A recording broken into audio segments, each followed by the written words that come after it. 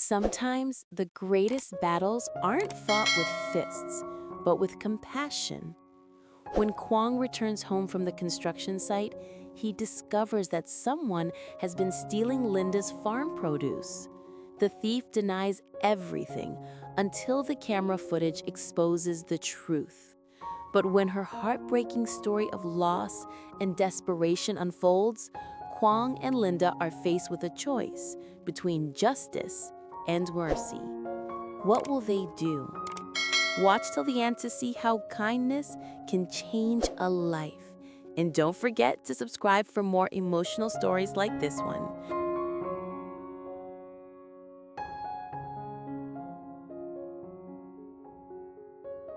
The sun was sinking behind the hills when Quang wiped the sweat from his brow and packed up his tools. The clang of steel and the rumble of engines at the construction site faded into the distance as he headed home, his steps heavy but steady. All day long, the thought of Linda's worried voice had lingered in his mind. "Quang, something's wrong. Our vegetables keep disappearing." At first, he tried to reassure her, saying maybe it was just stray animals. But deep down, he knew something wasn't right. Their little farm had always been a place of peace, their pride after years of hard work. Losing even a basket of produce meant more than money. It was their effort, their sweat, and their trust in honesty. As he reached the small gate of their home, the air felt strangely still. The soft fragrance of basil and ripe tomatoes usually greeted him warmly, but tonight there was only silence. Linda stood by the porch, her expression tense, eyes fixed on the small monitor connected to their security camera. "It happened again," she whispered. Her voice trembled, not from anger, but from disappointment, the kind that cuts deeper than rage. Quang's jaw tightened. "Let's check the footage," he said quietly. He sat beside her, pressing the play button. The screen flickered, showing the dark outline of their garden under the faint glow of the moon. Then a figure appeared, hunched, moving quickly between the rows of crops. The person carried a bag, plucking vegetables and fruits as if they belonged to her. Quang's heart sank. It wasn't just a random thief.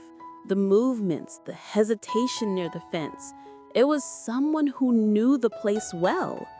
Linda clasped her hands together, tears glimmering in her eyes. "Why would anyone do this?" she murmured. For her, the garden was more than soil and plants. It was her healing place after long days of loneliness when Quang worked late shifts. To see it violated like this felt like a betrayal. Quang reached over, gently taking her hand. "Don't worry," he said, his voice firm yet soft. "We'll find out the truth. No one can hide from the camera." He rewound the video, zooming in on the blurry image. The face wasn't clear, but there was a moment when the thief turned toward the light, enough for Quang to recognize the pattern on the scarf. His brows furrowed. He had seen that scarf before, worn by a woman from the nearby village. A mix of anger and sorrow welled up inside him. He had worked so hard to build a life of honesty, to protect what they had, and now it was being stolen, piece by piece. Yet when he looked at Linda, standing there so quietly beside him, he knew he couldn't let anger lead the way. "Tomorrow," he said calmly, "we'll talk to her. But tonight, let's rest. We'll face this together." Outside, the wind whispered through the garden, carrying hurt and hope in its breath.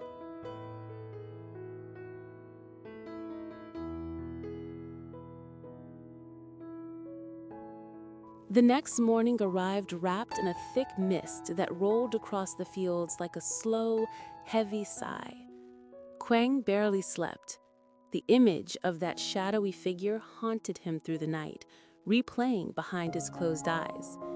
When dawn finally broke, he and Linda walked together toward the small village nearby, their hearts heavy with equal parts determination and dread. The woman's house stood at the edge of the road, a fragile structure of faded wood and patched tin. Smoke rose lazily from the cooking fire inside, carrying the faint scent of rice porridge. When Quang knocked, she appeared in the doorway, thin, weary, and startled by their presence. Her name was Mrs. Han, a widow who often came by to sell herbs and gather gossip from the market. Quang had greeted her many times before with a smile. Today, however, the air between them was tight and uneasy. "Mrs. Han," Quang began softly, "we'd like to ask you something." Her eyes darted nervously. "Ask me what? I've done nothing wrong," she said quickly, the tremor in her voice betraying her calm. Linda glanced at Quang, who nodded. Without a word, he took out his phone and opened the video. The soft hum of the recording filled the room, the garden, the moonlight, the figure bending over the vegetables. When the woman's face turned slightly toward the camera, the scarf was unmistakable. At first, Mrs. Han stood frozen, her lips parted as if to speak, but no sound came out. Then she shook her head, forcing a brittle laugh. "It's not me. It could be anyone," she muttered, stepping back as if to flee from the truth. But the evidence was undeniable. Quang didn't raise his voice. He didn't need to. His calm silence said enough. Slowly, Mrs. Han's shoulders collapsed under the weight of guilt. Her eyes filled with tears as she whispered, I didn't mean to. I was desperate." Linda's heart twisted at the sight. Even in her anger, compassion stirred within her. But the law was the law. Theft couldn't simply be brushed aside. When the local police arrived after Quang's report, they handled the situation gently but firmly. Mrs. Han didn't resist. She just wept quietly as they took her statement. Outside, villagers had begun to gather, murmuring among themselves. Some shook their heads in disapproval, others whispered words of pity. Quang stood still, his expression unreadable. He wasn't proud of what had happened, but neither could he ignore it. The truth, once hidden in shadows, now stood bare in the morning light. Linda placed a hand on his arm. "You did what was right," she said softly. Quang nodded, though his chest felt heavy. Justice had been served, or so it seemed. Yet, as Mrs. Han was led away, clutching the edge of her worn shawl, a quiet ache settled deep inside them both. They had caught the thief, yes, but somehow the victory felt hollow. And neither of them could shake the feeling that this was not the end of the story.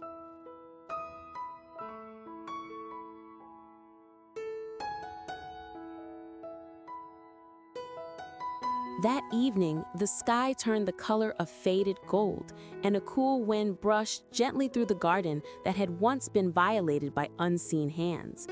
Quang stood silently near the fence, his gaze lost in the distant horizon.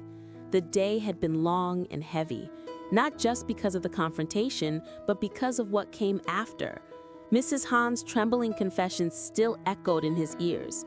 She had told the officers everything: how the floods had swept away her small hut, how her crops were ruined, how her only son had fallen ill, and she had nothing left to feed him. When the police left, Linda sat quietly at the kitchen table, her hands wrapped around a cup of tea gone cold. The house was silent, except for the faint rustle of wind against the bamboo blinds. She looked up when Quang walked in, his boots still covered in dust from the road. "She wasn't lying," he said, his voice low, almost breaking. "The officers went to check. Her house really is gone. She's been sleeping in the old storage shed by the river." Linda's eyes softened with sorrow. For hours, she had wrestled with her emotions: anger at being wronged, disappointment in humanity, but above all, a quiet ache of empathy. "Quang," she whispered, "if it were us, if we lost everything, what would we do?" He didn't answer right away. Instead, he walked to the window and looked out at their garden, the rows of green still glistening from the afternoon rain. "I'd like to think I'd still choose honesty, but hunger, desperation, they change people. The next morning, they went together to the local station. Mrs. Hahn sat in the corner, her face pale, eyes red from crying. When she saw them enter, she flinched, expecting anger or accusation. But Linda stepped forward and knelt beside her. "We can't forget what you did, but we also can't ignore why you did it." Tears streamed down the older woman's cheeks. "I didn't want to steal," she said between sobs. "I just couldn't watch my child starve." Quang exchanged a glance with Linda, and in that silent exchange, a decision was made. They turned to the officers and asked for mercy, a second chance instead of punishment. The officers, moved by the couple's compassion, agreed to release Mrs. Han under one condition, that she would repay her wrongdoing through honest work. A week later, Mrs. Han began helping in Linda's garden, not as a thief, but as a worker. Each day she came early, planting seeds with trembling hands but a lighter heart. Quang repaired her home near the river, while Linda brought food and medicine for her son. One evening, as the sun dipped low, the three of them stood together, watching new seedlings sprout from the soil. Life, it seemed, was forgiving, if only people were willing to be the same. And in that moment, Quang and Linda realized something profound. Justice without mercy is cold, but mercy without justice is blind. Between the two, they had found the balance, in kindness and forgiveness and in the quiet strength of humanity. Hello, xin chào tất cả các khán giả của kênh Lý Tưởng Ninja Review. Vậy là trong câu chuyện của chúng ta ngày hôm nay thì kẻ trộm nông sản và rúi rừng của Nina đó chính là một phụ nữ ở gần nhà. Và điều đặc biệt hơn khi biết được nguyên nhân của người phụ nữ này đi ăn trộm đó chính là do nhà bà ta vừa bị thiệt hại rất nặng nề do lũ lụt vừa xảy ra, nên gia đình nhà bà ta rất là khó khăn, đường cùng nên người phụ nữ này mới phải đi ăn trộm của nhà Linda. Sau khi nghe thấy người phụ nữ này nói như thế thì Nina đã rất là thương cảm với người phụ nữ này và quyết định là sẽ tha thứ cho bà ấy, không đưa bà ấy ra chịu trách nhiệm trước pháp luật nữa. Mọi tình tiết hấp dẫn sẽ còn được kể ở các video tiếp theo. Nếu các bạn thấy video hôm nay hay, hấp dẫn thì hãy cho mình xin nút like, chia sẻ và để lại bình luận ở dưới video nhé. Đặc biệt đừng quên bấm vào nút subscribe để đăng ký kênh. Xin chào và hẹn gặp lại vào tập tiếp theo. Bye bye.